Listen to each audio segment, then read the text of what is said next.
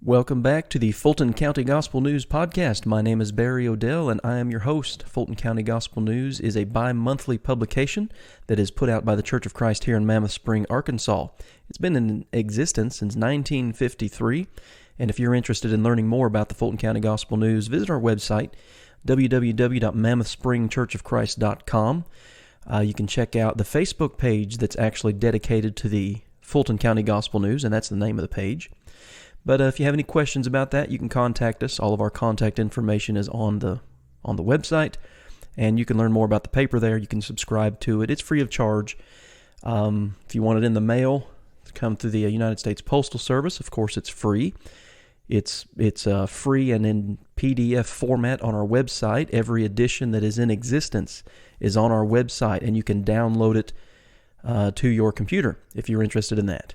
All right, so we're working through a series of articles that were written in 2018 and 2019 with the overall heading of hard to be understood or hard to understand. And this comes from the concept in 2 Peter chapter 3 and verse 16, where Peter is writing of some of Paul's writings, and he says some things are hard to understand, and those who are unstable and who are untaught will twist to their own destruction. What we're going to talk about today is certainly one of those chapters, and it's basically, the study is going to come from Matthew chapter 24. Now, this is a discussion of the destruction of Jerusalem. This can also be found in Mark chapter 13 and in Luke chapter 21. And I will say, on this particular chapter, it's good to consider all three of those passages and not just one of them by itself. But we're going to focus in mainly today on Matthew chapter 24, and we're actually going to start in Matthew chapter 23 because it is there we find Jesus in the temple. This is when he is rebuking the scribes and Pharisees for their hypocrisy, for their spiritual short-sightedness. And as we read Matthew 23, the conclusion of that chapter says this, Matthew 23 beginning in verse 37, "O Jerusalem, Jerusalem, the one who kills the prophets and stones those who are sent to her, how often I wanted to gather your children together as a hen gathers her chicks under her wings, but you were not willing. See, your house is left to you desolate. For I say to you, you shall see me no more till you say, Blessed is he who comes in the name of the Lord." And then, of course, you turn the page, or maybe it's right there on the same opening.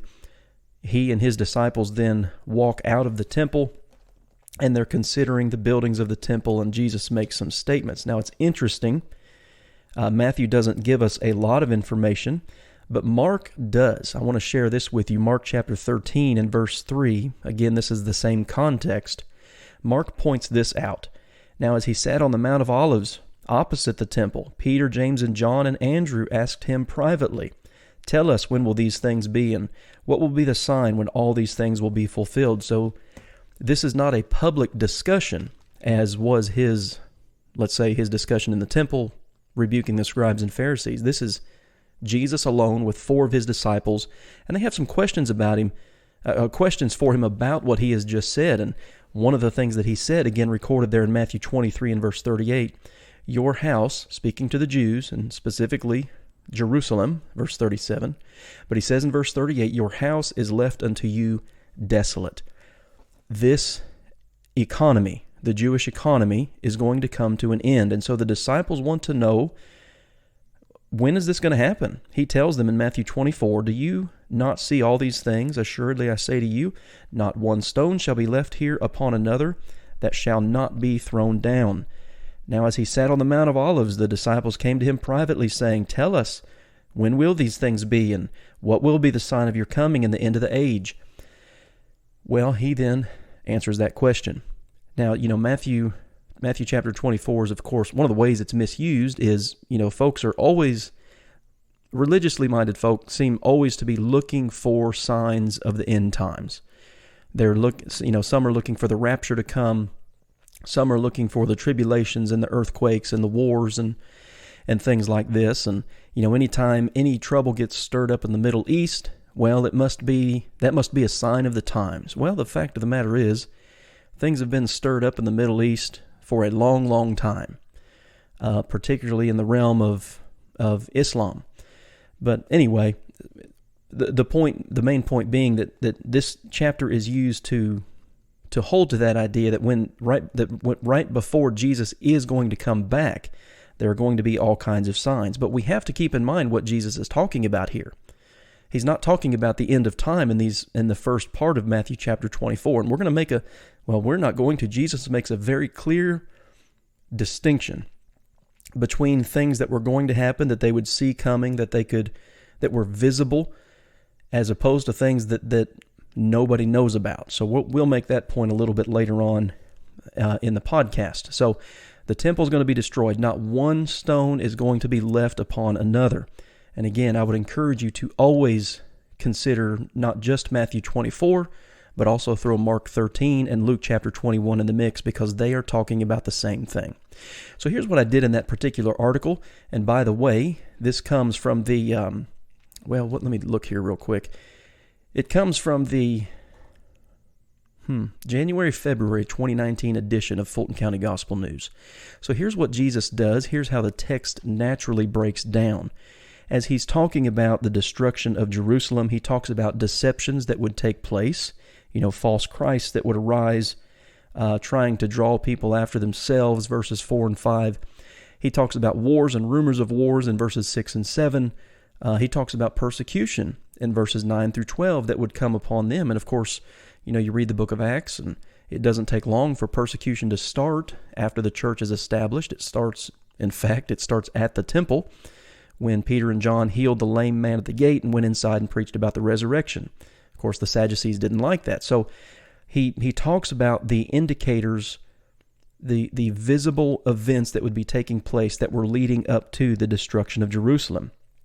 One thing that is good to do is to notice obviously the language, but notice particular words as you're reading through Matthew chapter 24.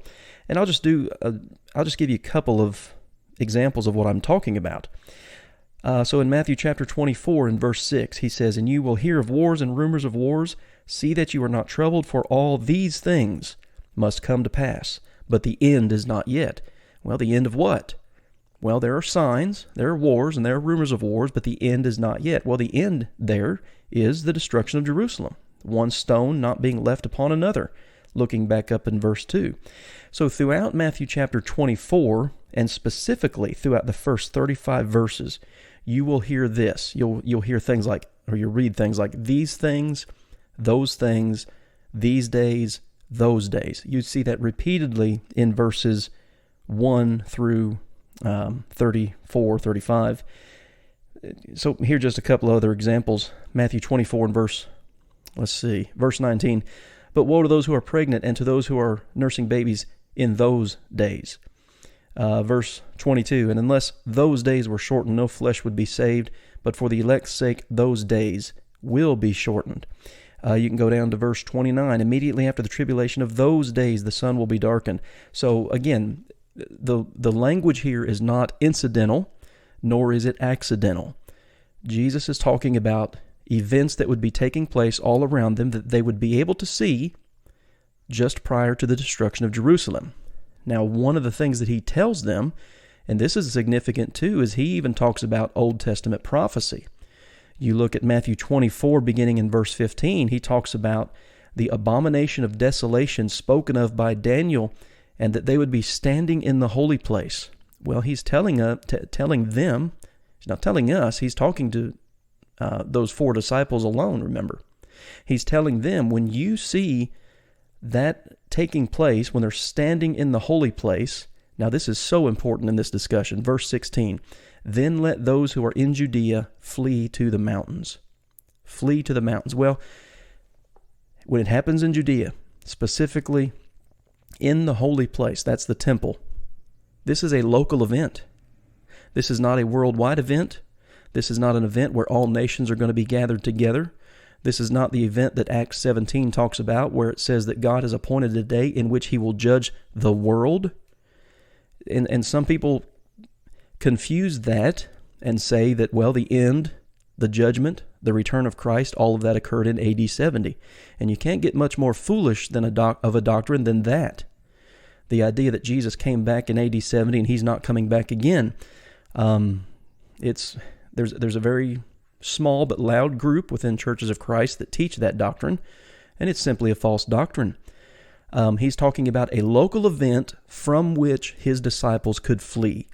When you see them in the holy place, get to the mountains. But here's the thing, too, in understanding this particular passage.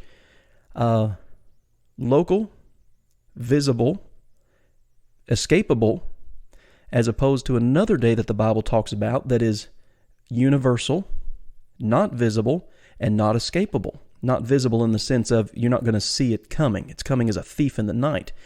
But another thing is this, when we're talking about that local sense of judgment, Matthew, Mark, and Luke, they all talk about that. Luke chapter 21, again, Mark chapter 13, and we cannot miss that. This is like any other text. That words mean things. And so there was deception, there was war, there was persecution, there was all of that taking place, the fulfillment of Daniel's prophecy.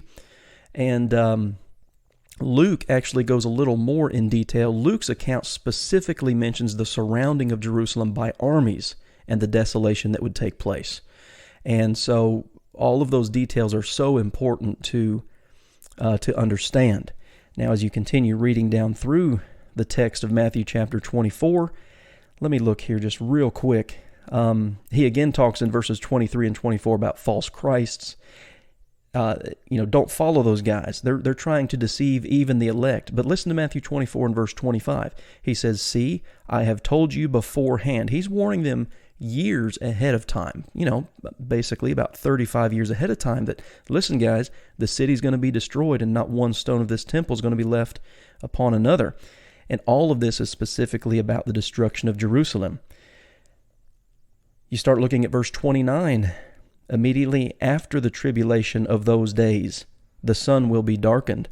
Now, here's an interesting thing that we need to note. And this, if you're a Bible student, particularly of the Old Testament, this language of stars being darkened and things like this is nothing new to a dedicated Bible student. Matthew 24:29 uses that language. Isaiah uses that language in Isaiah 13 and Isaiah 34. Ezekiel uses that language in Ezekiel chapter 32. Joel used that language in Joel chapter 2. And you remember Joel 2, verses 28 through 32, specifically, Peter quotes that in Acts chapter 2, verses 17 through 21. And he tells them, talking about the sun and the moon being turned to blood and the stars darkened and all of that, he says, "This is that which was prophesied by the prophet Joel." That language that is used, again, Isaiah, Ezekiel, Joel, is language borrowed from the Old Testament that signified some type of traumatic event. That would impact the world. It would either be some type of political upheaval, like let me flip back just real quick to Isaiah chapter 13, because that's one of the places where this type of language is used. Isaiah chapter 13, verse 1, "The burden against Babylon, which Isaiah the son of Amoz saw." And he talks about the fact that, Babylon's going to be judged by God. Isaiah 13:9 calls it the day of the Lord, and he's going to destroy. Isaiah 13:6 says, "Wail, for the day of the Lord is at hand."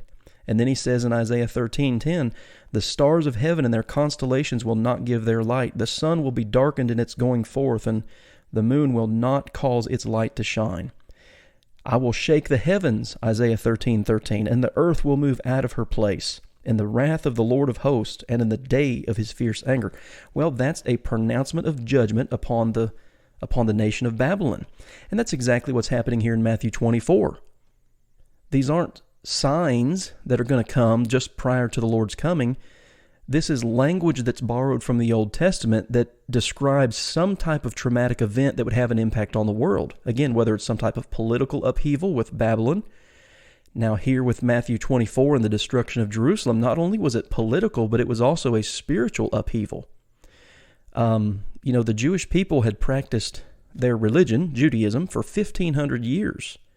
And he tells them, listen, this temple that you depend so heavily upon, it's going down. It is going to be destroyed. And so their world was going to be shaken.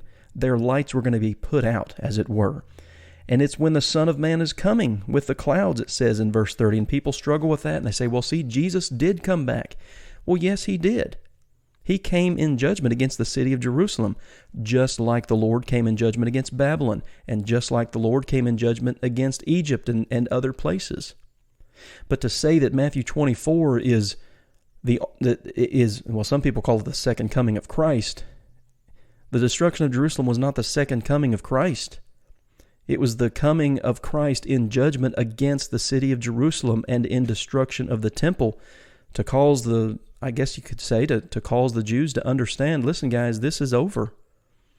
Now, we understand also that the law of Moses was over before AD 70. Jesus nailed that to his cross. We understand that. But that even being the case, for instance, you read the book of Acts.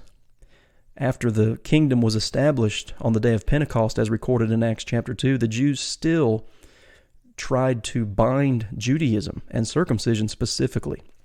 You can read Acts chapter 15 as it deals with that. So he's assuring his disciples, it's coming. There will be indicators.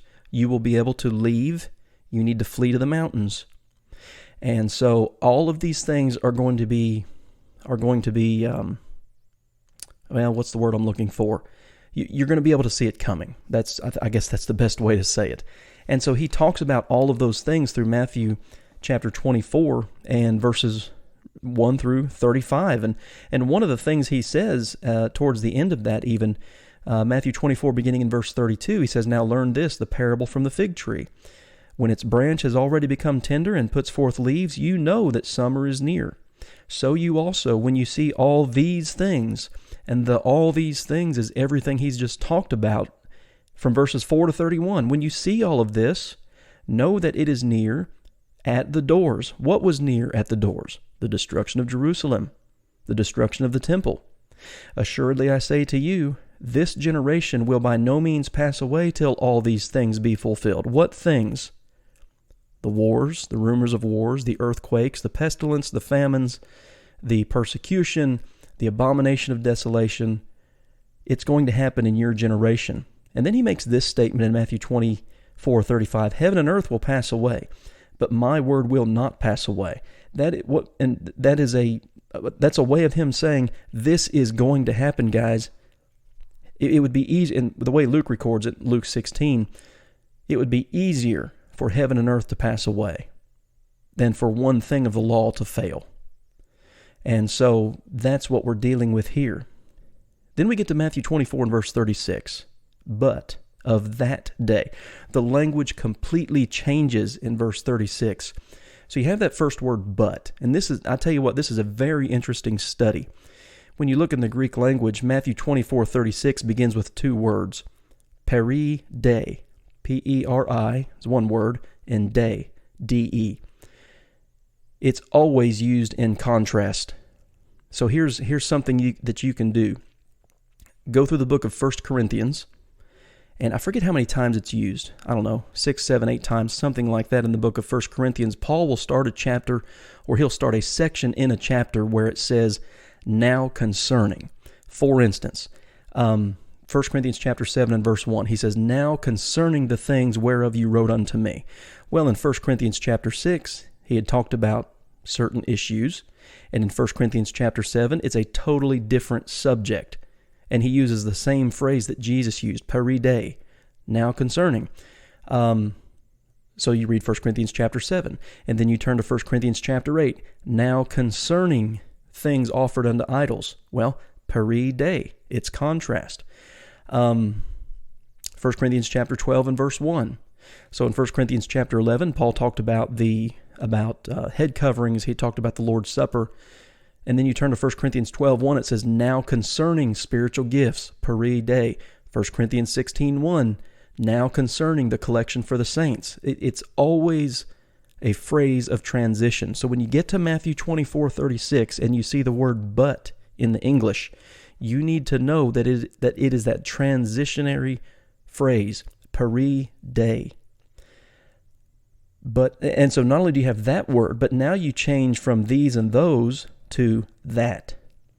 From these days and those days to, But of that day and hour no one knows, not even the angels of heaven, but my Father only. Man, to miss this is to miss everything in this chapter. Because again, think about it, the first 35 verses, you will see all of these things happening. You will know when those days are coming. But then you have the transition to verse 36 where you do not know of that day. It would make absolutely no sense if he were talking about the same subject. If he were talking about the same subject, about the destruction of Jerusalem and the destruction of the temple, why in the world would he for 35 verses say, these days, those days, these things, those things, and you know, and you will know, and you can escape? Why in the world would he then say, that day nobody knows? There are no indicators that will lead up to, say, a day that's coming that nobody knows about. To be honest with the text, you have to see this transition of days that can be seen, identified, escaped from, as opposed to a day that no one knows. And then he says this in verse 37, but as the days of Noah were, so he makes a comparison here, the days of Noah, so will be the coming of the Son of Man. For as in the days before the flood, they were eating and drinking and marrying and giving in marriage until the day that Noah entered the ark. So they were going about normal activities before the flood, weren't they? They did not know until the flood came and took them all away. So also will be the coming of the Son of Man. Well, there are no indicators. There weren't any. There were none. They were going about the normal activities of life. The flood came and took them all away. And then you get down to verse, Matthew 24:43. But know this, that if the master of the house had known what hour the thief would come, well, the implication is there, you don't know when a thief is coming. And you know what the Bible on several occasions calls the second coming of the Lord? A thief in the night. But know this is Matthew 24:43, that if the master of the house had known what hour the thief would come, he would have watched and not allowed his house to be broken into. Therefore also you must be ready, for the Son of Man is coming at an hour you do not expect. Think about that. An hour you do not expect. They could expect the destruction of Jerusalem. They could expect the destruction of the temple. They could expect the abomination of desolation to be standing in the holy place. They could expect, when all of that happened, to flee to the mountains because that's what Jesus told them to do. But folks, listen, there's another day coming that no one expects, that has no indicators, that has no markings.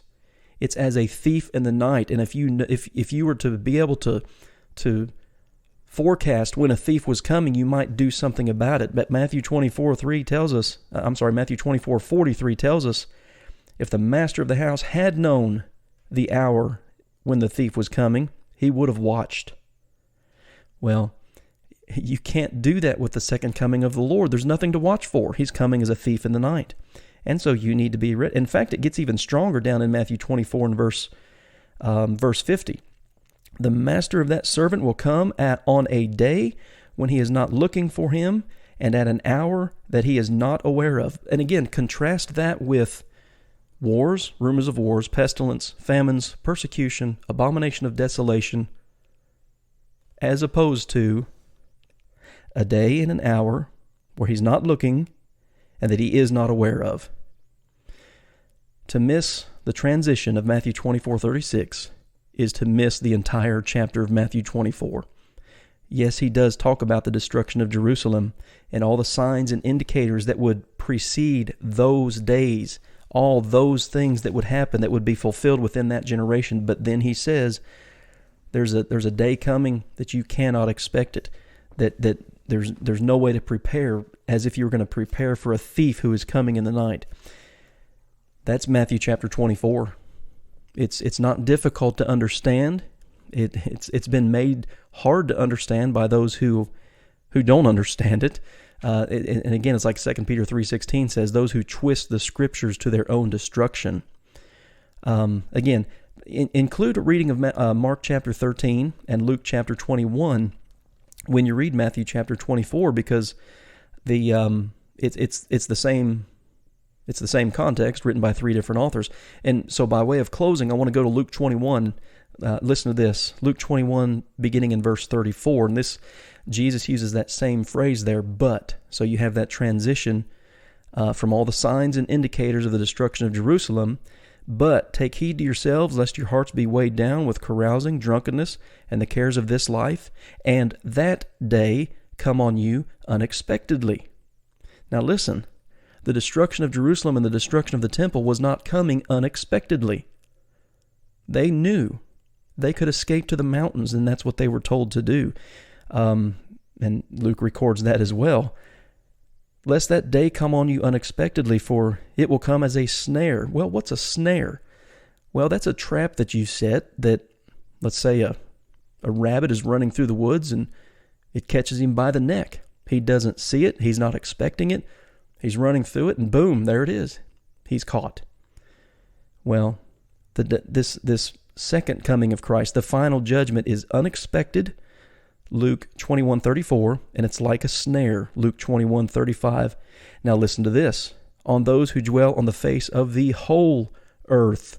Okay, man, if you miss that, you've missed a lot too, because listen to Luke 21 and verse 20. When you see Jerusalem surrounded by armies, okay, that's a local judgment. Let those who are in Judea flee to the mountains. So Luke specifically mentions Judea and Jerusalem for the destruction of Jerusalem. But then you have, this is going to come as a thief, of all those who dwell on all the face of the earth. Watch therefore and pray always that you may be counted worthy to escape all these things that will come to pass and to stand before the Son of Man. They needed to be ready, number one, for the destruction of Jerusalem. If they didn't get out of the city, they would die. But number two, they needed to be ready for the final return of the Lord, because it was unexpected, it was like a snare, and it was going to be for all of those who dwell on the face of the whole earth. Hard to understand. Well, Matthew 24 can be hard to understand if you don't pay attention to the words, or if you have some preconceived doctrine that you believe. And look for, I guess I would say, look for what you believe in the text to, and you know, that's what a lot of people do with the Bible. They have a belief, and then they go to the Bible to find it. And you know, that's the exact opposite of what you're supposed to do. The Bible was not written by God for a period of however many centuries to prove what I believe. It's the revelation of God's will to show me what's right, to show me how to live, to show me what I must believe. And so we need to be very careful with how we handle the biblical text. The day of the Lord is yet future. It's coming as a thief in the night.